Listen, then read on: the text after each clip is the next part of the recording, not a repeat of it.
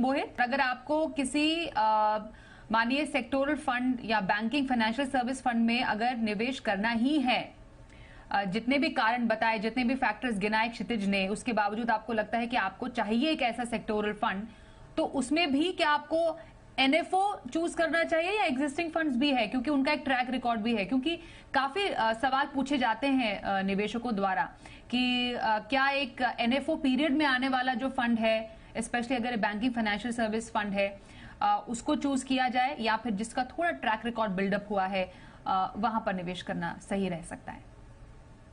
जी स्वाति, तो देखिए इसमें दो सवाल है। पहला ये कि क्या निवेशकों को एनएफओ में निवेश करना चाहिए, और दूसरा ये कि क्या निवेशकों को सेक्टोरल फंड के एनएफओ में निवेश करना चाहिए। तो जहां तक एनएफओ में निवेश की बात है, अगर वो थीम मार्केट में नहीं है तो आप उसे देख सकते हैं, बट उसे देखने के लिए भी आपके पास पोर्टफोलियो में पहली बात जगह होनी चाहिए। पोर्टफोलियो में जो आपके फाइनेंशियल गोल्स हैं, जो आपके टारगेट्स हैं, उनके अनुसार वो स्कीम के ऑब्जेक्टिव्स होने चाहिए। उसमें आपस में कुछ मेल या समन्वय होना चाहिए। आपके जो भी गोल्स हैं, जिस समय अवधि के लिए आपने गोल निर्धारित किए हैं, उस स्कीम का ऑब्जेक्टिव उससे मैच होना चाहिए। और यहाँ पर मैं ये बोलना चाहूंगा कि किसी अच्छे फाइनेंशियल एडवाइजर को दिखाकर ही आप कभी किसी एनएफओ में निवेश करिए।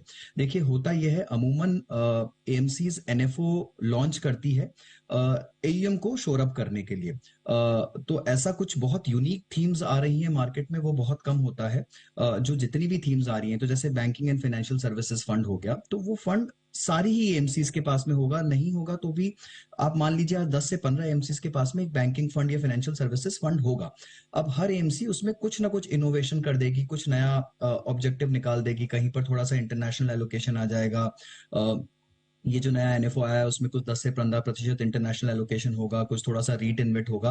बट जो मूल ऑब्जेक्टिव है वो बैंकिंग एंड फाइनेंशियल सर्विसेज में ही इन्वेस्ट करने का है। तो यहाँ पर निवेशकों को ये देखना बहुत जरूरी है कि एक अच्छा फंड हाउस है कि नहीं, अच्छा फंड मैनेजर है कि नहीं, उसका ट्रैक रिकॉर्ड कुछ है कि नहीं। तो अगर वो सारी ही चीजें, अच्छा फंड हाउस, अच्छा ट्रैक रिकॉर्ड, आपके पोर्टफोलियो से मेल खाना, आपके रिस्क ऑब्जेक्टिव से मेल खाना, आपके फाइनेंशियल गोल्स पे खरा उतरना, अगर वो सब बैठता है तो बिल्कुल आप किसी एनएफओ में निवेश कर सकते हैं। अन्यथा एनएफओ में निवेश करने की आवश्यकता नहीं है। दूसरी बात कि सेक्टोरल एनएफओज में करना चाहिए या नहीं, तो जो सेक्टोरल कैटेगरी है वो वैसे भी बहुत ही हाई रिस्क कैटेगरी है। यहां पर सही साइकिल को कैच करना बहुत ज्यादा आवश्यक हो जाता है। अगर मैं बैंकिंग का ही उदाहरण लूं स्वाति, तो लास्ट 1 साल से, जैसा क्षितिज ने भी कहा, बैंकिंग ने कुछ परफॉर्म नहीं किया है। बट इसके बजाय अगर आप एक डाइवर्सिफाइड या फ्लेक्सी कैप फंड में होते तो उस फंड ने आपको फिर भी लास्ट 1 साल में 12-15% रिटर्न दिया है। बट अगर आप एक बैंकिंग फाइनेंशियल सर्विसेज फंड में होते तो शायद आपका रिटर्न 5 से 7% ही होता। तो यहां पर बहुत जरूरी है कि आप उस सेक्टर की साइकिल को समझें और उसके हिसाब से आपको एंट्री और एग्जिट दोनों ही लेना होता है। और मुझे ये लगता है कि अमूमन जो रिटेल निवेशक होता है वो एंट्री तो कर लेता है एनएफओ के चक्कर में, बट सही टाइम पे एग्जिट अगर नहीं करेंगे तो आप एक लंबी अवधि के लिए ऐसे फंड्स में फंसे रह सकते हैं। तो मुझे हमेशा से लगता आया है कि सेक्टोरल फंड्स को अवॉइड करना चाहिए और जहां तक हो सके एक अच्छे डाइवर्सिफाइड फंड को चुनाव करना चाहिए। वो चाहे फ्लेक्सी कैप हो, मल्टी कैप हो, फोकस्ड हो, या ऐसी जितनी भी कैटेगरीज हैं जिसमें सारे ही सेक्टर का एक अच्छा समन्वय आपको मिल जाएगा। और सबसे खास बात यह है कि आप एक फंड मैनेजर को ट्रस्ट कर रहे हैं, आप अपना पैसा किसी एक प्रोफेशनल को दे रहे हैं। तो जो सेक्टर का चुनाव है, जो मार्केट कैप का चुनाव है, वो आप उस प्रोफेशनल पर ही छोड़ दीजिए। उसी को वो चुनाव करने दीजिए कि कब किस सेक्टर की साइकिल आ रही है और कब किस सेक्टर में निवेश करना अच्छा है।